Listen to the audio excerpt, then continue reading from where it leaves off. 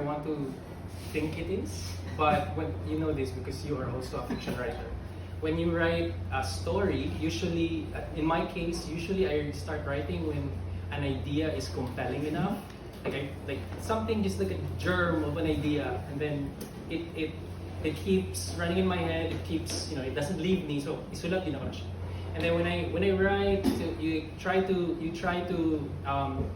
find a structure, a form for what you're writing, and then certain things recur. And I noticed them only after, Higher Orders, the first story in Armor, in the book, it was written in 2004 for a class. And it was because of I studied in UP Mindanao, it's in Mintal, and I lived in Saksak. And so every day, I ride jeeps to go to Mintal. And during that time, in 2004, if you ride, I take two jeeps. The things that I keep seeing, of course, is Davao City from north to south, basically. Yes, right? It's basically Davao City from north to south, with the exception of the hillsides. And then along the major avenues, you would see all these newspapers, Mindanao Times, Sunstar, and most of them, of course, many of them were headlines of the summary killings. So that was part of my commute every day to school. So it just, it caught on my imagination, and I imagined, like, what would it be like from the perspective of hired guns, because ever since my family moved here in 1995, I was 11 years old, or 10 going on 11. I've already heard of them from my classmates. In retrospect, it's kind of disturbing na grade 5 pa lang kakabalo na mo na siya. So, never forget about them, and then I wrote Higher Orders, and my superficial reason for my motivation for writing that story then was like I wanted to shock, because my teacher Timothy Montes says nothing shocks me. Sabi niya, parang it was like goading us to to do better. He says and he would quote Horace like Dormita Homerus, don't let Homer sleep. Parang challenging you not to write something boring. You want to be shocked. So that was my intention, my superficial intention. But then, as I was writing, I realized that I was starting to process how I understood the place that I'm living in, and so there's the armed conflict in Higher Orders as well.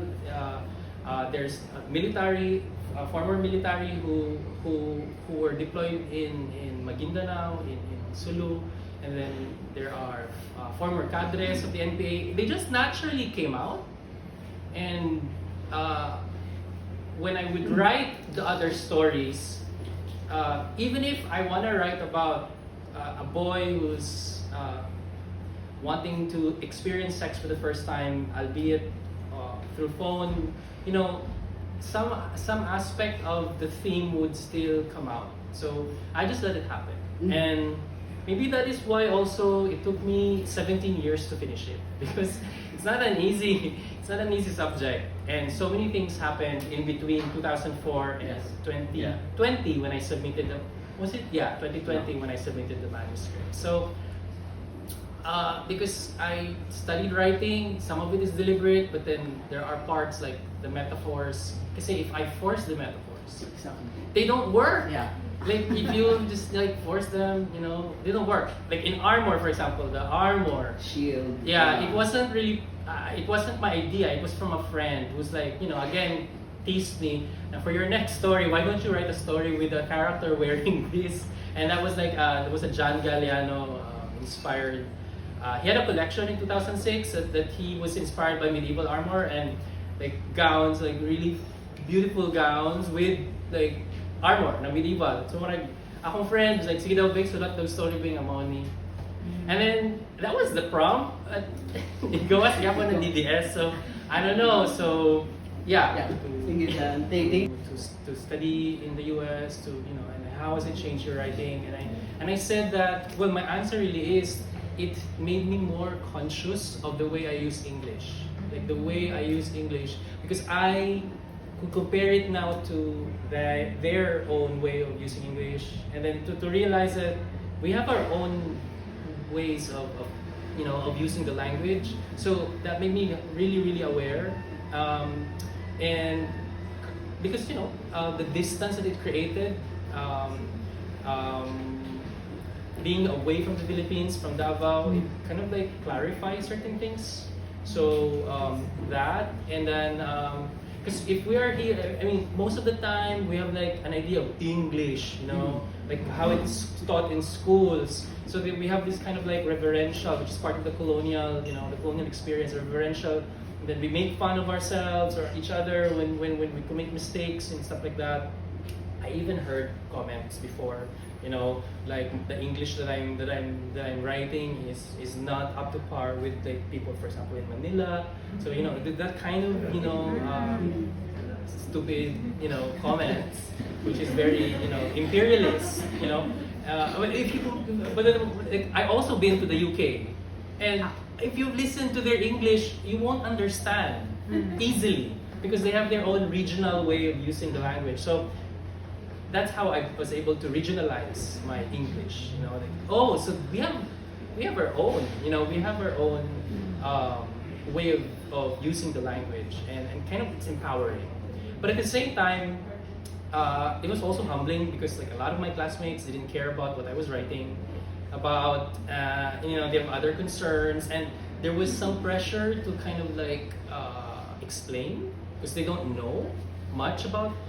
Because they think that you are just an American and you're part of their culture, and so I had to like process all that. I had to fight kind of that because I didn't want, there was an expectation, especially because you have to succeed in America, and most of the writers who are in America, I noticed even back then, was that they have to include Americans in the conversation, which makes sense because the readership would have to be the US. So, but that wasn't what I was trying to write. So, and I didn't want to force it. Maybe in the future, I'd write a Filipino-American experience. But I was really still very serious about writing my book about Davao City. So it was a matter of like being distracted, but at the same time, eyes on the ball.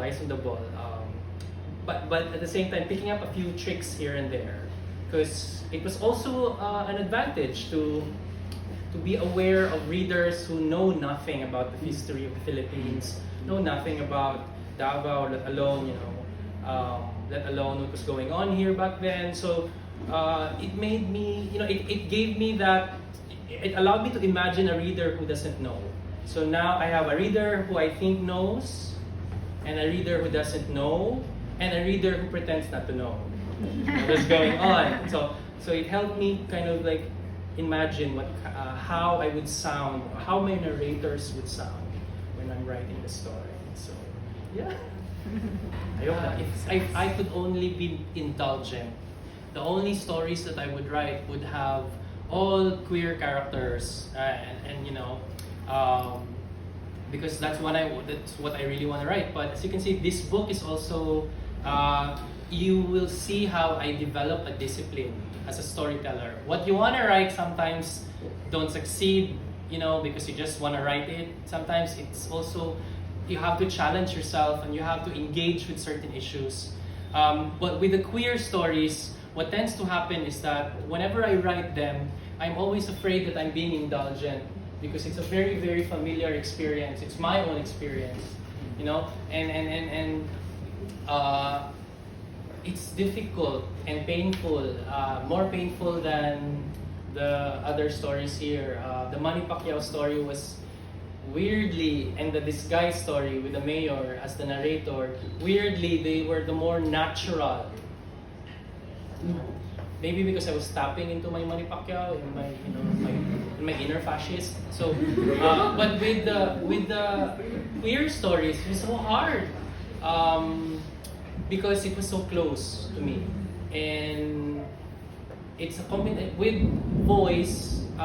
It's basically my experience of going to high school in USEP, because I went to high school in USEP before there was a high school in USEP, and it was the 90s, and basically every one of us will be cancelled if we existed today, then it was a hard time for queer kids. And that time the internet just happened, 1999. Internet cafes all over, and there was a lot of us who would chat, and I myself experienced chatting with strangers, pretending that I'm a girl. So when did I write this? 2010 or sometime. I remember that time, and I said, nah, I think that's an important moment to write about and fictionalize. So with Bad Heart, that's UP Mindanao. That's my college life in UP Mindanao. Because I lived in the dorm where all the boys were and all of that, and it was also kind of still homophobic, very much. Again, we will all be cancelled if we existed today. Back then, my students would be horrified by the kind of things. And it's funny because it was just like 10 years ago. So I was able to write them because I actually experienced some of the things that the characters experienced. And then the rest, half of it, I imagine, I try to do justice. Armor never happened to me. I was never brave enough. I never had the courage to join the Miss Gay pageant. I had friends who asked me to do it because they said I would kill it sa Q&A. And I said, I may be able to do that, but I don't think I would be able to kill it in the other departments. So, hindi ko makaraga sa top 3, no? Ang pangit akong presentation. So I have some tangential experience of the Miss Gay sa among barangay sa Saksa and in Samintal and all that. So the little I know, I blow it up. Curiously, there was a person I know who is trans, and responded to Armor in the sense that she really believes that Ronnie is trans, and she kind of took issue with my use of the masculine pronoun. Of course, my first reaction was, I was defensive. It's like, I created that character. I would know if they would be trans or not. But then later on, because that's really how readers and writers, that's just how our relationship is. If you have an experience with the work, it's you contributing to the work. You are part of the creation of the work because you read it. It's not just from the artist; it's also from the reader. It's a two-way street. So it deepened my understanding of the trans reader's experience. And when we were preparing the book for Armor, I read it again, and I still believe that Ronnie is cisgender. But there are certain things in the story that I changed like a little bit. Like I took away cross-dressing, for example, which comes from a bygone era, very offensive today. So I made that kind of changes. But that is possible only because I was able to have queer readers as well. So I feel like I get rewarded when that happens as a writer, when someone responds strongly to your work. And actually, I really just want to write about queer people. I didn't want to write about the Death Squad. It just keeps happening, and it's hard to explain.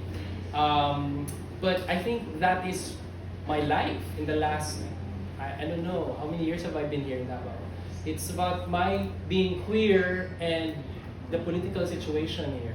So, yes. So, I wish that in my next stories, my next books, it would be less bloody.